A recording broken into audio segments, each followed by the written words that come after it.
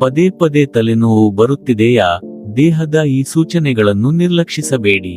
ಒಂದು ಕ್ಷಣ ಯೋಚಿಸಿ. ಬೆಳಗ್ಗೆ ಎದ್ದ ತಕ್ಷಣ ತಲೆ ಭಾರವಾಗಿರುತ್ತದೆ. ಕೆಲಸಕ್ಕೆ ಹೋಗುವಾಗ ಮತ್ತೆ ತಲೆನೋವು ಶುರುವಾಗುತ್ತದೆ. ಮಧ್ಯಾಹ್ನ ಸ್ವಲ್ಪ ಕಡಿಮೆಯಾಗುತ್ತದೆ, ಆದರೆ ಸಂಜೆ ಮತ್ತೆ ನೋವು. ಇವತ್ತು ಮಾತ್ರ ಇರಬಹುದು ಎಂದುಕೊಳ್ಳುತ್ತೀರಿ. ಮರುದಿನವೂ ಅದೇ, ಮತ್ತೊಂದು ದಿನವೂ ಅದೇ. ನಿಧಾನವಾಗಿ ತಲೆನೋವು ನಿಮ್ಮ ದಿನನಿತ್ಯದ ಜೀವನದ ಒಂದು ಭಾಗವಾಗಿ ಬಿಡುತ್ತದೆ. ನಿಮಗೂ ಪದೇ ಪದೇ ತಲೆನೋವು ಬರುತ್ತಿದೆಯಾ? ಹಾಗಾದರೆ ಪ್ರತಿ ಬಾರಿ ತಕ್ಷಣ ಮಾತ್ರೆ ತೆಗೆದುಕೊಂಡು ನೋವನ್ನು ಮುಚ್ಚಿ ಹಾಕುವುದಕ್ಕಿಂತ ನನ್ನ ತಲೆ ಏಕೆ ಪದೇ ಪದೇ ನೋಯುತ್ತಿದೆ ಎಂದು ಕಾರಣವನ್ನು ಗಮನಿಸುವುದು ಮುಖ್ಯ. ಬಹುತೇಕ ತಲೆನೋವುಗಳು ಗಂಭೀರ ಕಾಯಿಲೆಯ ಸಂಕೇತವಾಗಿರುವುದಿಲ್ಲ, ಆದರೆ ಪದೇ ಪದೇ ಬರುವ ಅಥವಾ ಹೊಸ ರೀತಿಯಲ್ಲಿ ಕಾಣಿಸಿಕೊಳ್ಳುವ ತಲೆನೋವನ್ನು ನಿರ್ಲಕ್ಷಿಸಬಾರದು. ಮೊದಲ ಕಾರಣ, ನೀರು ಕಡಿಮೆ ಕುಡಿಯುತ್ತಿದ್ದೀರಾ? ಒಂದು ದಿನ ಬೆಳಗ್ಗಿನಿಂದ ಕೆಲಸದಲ್ಲಿ ಬ್ಯುಸಿ, ನೀರು ಕುಡಿಯುವುದನ್ನೇ ಮರೆತು ಬಿಟ್ಟಿದ್ದೀರಿ. ಮಧ್ಯಾಹ್ನದ ವೇಳೆಗೆ ಬಾಯಿ ಒಣಗುತ್ತದೆ, ದೇಹ ಸುಸ್ತಾಗುತ್ತದೆ, ಅದರ ಜೊತೆಗೆ ತಲೆನೋವು ಶುರುವಾಗಬಹುದು. ಸಾಕಷ್ಟು ದ್ರವ ಸೇವಿಸದಿರುವುದು ತಲೆನೋವಿನ ಸಾಮಾನ್ಯ ಕಾರಣಗಳಲ್ಲಿ ಒಂದಾಗಿದೆ. ಆದ್ದರಿಂದ ದಿನವಿಡೀ ನಿಯಮಿತವಾಗಿ ನೀರು ಕುಡಿಯುವ ಅಭ್ಯಾಸ ಬೆಳೆಸಿಕೊಳ್ಳಿ. ಆದರೆ ಎಲ್ಲರಿಗೂ ಒಂದೇ ಪ್ರಮಾಣದ ನೀರು ಬೇಕು ಎನ್ನುವುದಿಲ್ಲ. ಹವಾಮಾನ, ದೈಹಿಕ ಚಟುವಟಿಕೆ ಮತ್ತು ಆರೋಗ್ಯದ ಸ್ಥಿತಿಗೆ ಅನುಗುಣವಾಗಿ ಅಗತ್ಯ ಬದಲಾಗುತ್ತದೆ. ಎರಡನೇ ಕಾರಣ, ಮೊಬೈಲ್ ಅಥವಾ ಸ್ಕ್ರೀನ್ ಮುಂದೆ ಹೆಚ್ಚು ಸಮಯ. ಇದೀಗ ನಮ್ಮ ಜೀವನದಲ್ಲಿ ಮೊಬೈಲ್ ಬಹಳ ಮುಖ್ಯವಾಗಿದೆ. ಬೆಳಗ್ಗೆ ಎದ್ದ ತಕ್ಷಣ ಮೊಬೈಲ್, ಕೆಲಸದ ಸಮಯದಲ್ಲಿ ಕಂಪ್ಯೂಟರ್, ಮಧ್ಯಾಹ್ನ ಮತ್ತೆ ಫೋನ್, ರಾತ್ರಿ ಮಲಗುವ ಮುನ್ನವೂ ಫೋನ್. ಗಂಟೆಗಳ ಕಾಲ ಕಣ್ಣು ಮತ್ತು ಕುತ್ತಿಗೆಗೆ ಒತ್ತಡ ಬೀಳುವ ರೀತಿಯಲ್ಲಿ ಸ್ಕ್ರೀನ್ ನೋಡುತ್ತಿದ್ದರೆ ಕೆಲವರಿಗೆ ತಲೆನೋವು ಹೆಚ್ಚಾಗಬಹುದು. ಹೀಗಾಗಿ ನಿರಂತರವಾಗಿ ಸ್ಕ್ರೀನ್ ನೋಡದೆ ಮಧ್ಯೆ ಮಧ್ಯೆ ವಿರಾಮ ತೆಗೆದುಕೊಳ್ಳಿ. ಕಣ್ಣುಗಳಿಗೆ ವಿಶ್ರಾಂತಿ ನೀಡಿ ಮತ್ತು ಕುತ್ತಿಗೆ ಬೆನ್ನು ಸರಿಯಾದ ಒಸುನಲ್ಲಿ ಇಟ್ಟುಕೊಳ್ಳಿ. ದೀರ್ಘಕಾಲ ಸ್ಕ್ರೀನ್ ಸ್ಟ್ರೇನ್ ಮತ್ತು ಪೂರ್ ಪೋಸ್ಚರ್ ತಲೆನೋವಿಗೆ ಟ್ರಿಗರ್ ಆಗಬಹುದು. ಮೂರನೇ ಕಾರಣ, ಒತ್ತಡ. ಒಬ್ಬ ವ್ಯಕ್ತಿ ದಿನವಿಡೀ ಕೆಲಸದ ಒತ್ತಡದಲ್ಲಿದ್ದಾನೆ ಎಂದುಕೊಳ್ಳಿ. ವರ್ಕ್ನಲ್ಲಿ ಡೆಡ್ಲೈನ್, ಮನೆಯಲ್ಲೂ ಜವಾಬ್ದಾರಿ, ಮನಸ್ಸಿನಲ್ಲಿ ಒಂದರ ಹಿಂದೆ ಮತ್ತೊಂದು ಚಿಂತೆ. ದೇಹ ವಿಶ್ರಾಂತಿ ಪಡೆದರೂ ಮನಸ್ಸು ವಿಶ್ರಾಂತಿ ಪಡೆಯುತ್ತಿಲ್ಲ. ಇಂತಹ ಸ್ಟ್ರೆಸ್ ಕೆಲವರಲ್ಲಿ ಟೆನ್ಷನ್ ಟೈಪ್ ಆಗಿ ಟ್ರಿಗರ್ ಆಗಬಹುದು.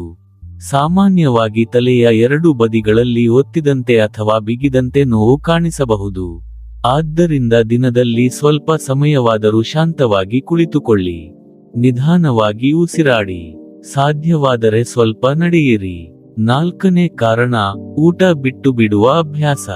ಕೆಲಸ ಜಾಸ್ತಿ ಇದೆ, ನಂತರ ಊಟ ಮಾಡುತ್ತೇನೆ, ಹೀಗೆ ಬೆಳಗಿನ ಉಪಹಾರ ಬಿಟ್ಟು ಬಿಡುವುದು, ಮಧ್ಯಾಹ್ನ ಊಟ ತಡ ಮಾಡುವುದು, ದೀರ್ಘ ಸಮಯ ಹೊಟ್ಟೆ ಖಾಲಿಯಾಗಿರುವುದು. ಇಂತಹ ಆಹಾರ ಪದ್ಧತಿಯು ಕೆಲವರಲ್ಲಿ ತಲೆನೋವಿಗೆ ಕಾರಣವಾಗಬಹುದು. ಆದ್ದರಿಂದ ನಿಯಮಿತವಾಗಿ ಊಟ ಮಾಡುವ ಅಭ್ಯಾಸ ಬೆಳೆಸಿಕೊಳ್ಳಿ. ಐದನೇ ಕಾರಣ, ನಿದ್ದೆಯ ಸಮಸ್ಯೆ. ರಾತ್ರಿ ತಡವಾಗಿ ಮಲಗುವುದು, ಬೆಳಗ್ಗೆ ಬೇಗ ಏಳುವುದು, ಪ್ರತಿದಿನ ಬೇರೆ ಬೇರೆ ಸಮಯಕ್ಕೆ ಮಲಗುವುದು. ಇಂತಹ ಸ್ಲೀಪ್ ಪ್ರಾಬ್ಲಮ್ಸ್ ಕೂಡ ತಲೆನೋವಿನ ಟ್ರಿಗರ್ ಆಗಬಹುದು.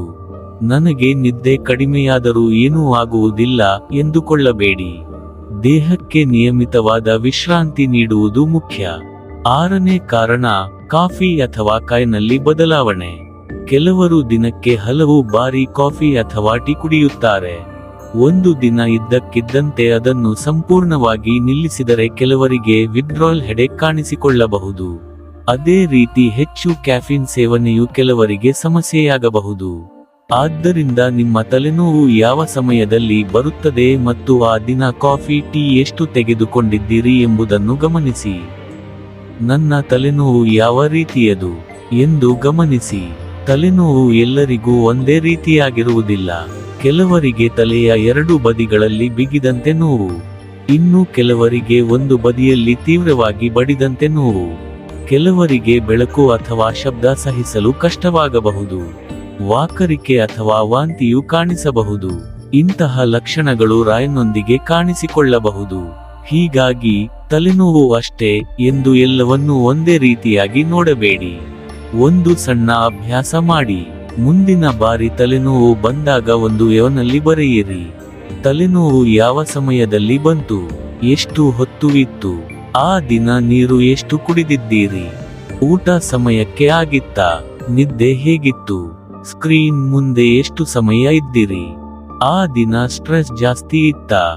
ಹೀಗೆ ದಾಖಲಿಸಿಕೊಂಡರೆ ನಿಮ್ಮ ತಲೆನೋವಿಗೆ ಯಾವ ಟ್ರಿಗರ್ಸ್ ಇರಬಹುದು ಎಂಬುದನ್ನು ವೈದ್ಯರೊಂದಿಗೆ ಚರ್ಚಿಸಲು ಸಹಾಯವಾಗಬಹುದು. ಹೆಡೇಕ್ ಡಯರಿ ಕೂಡ ಉಪಯುಕ್ತವಾಗಬಹುದು. ಪ್ರತಿ ಬಾರಿ ಮಾತ್ರೆ ತೆಗೆದುಕೊಳ್ಳುವುದು ಸರಿಯೇ?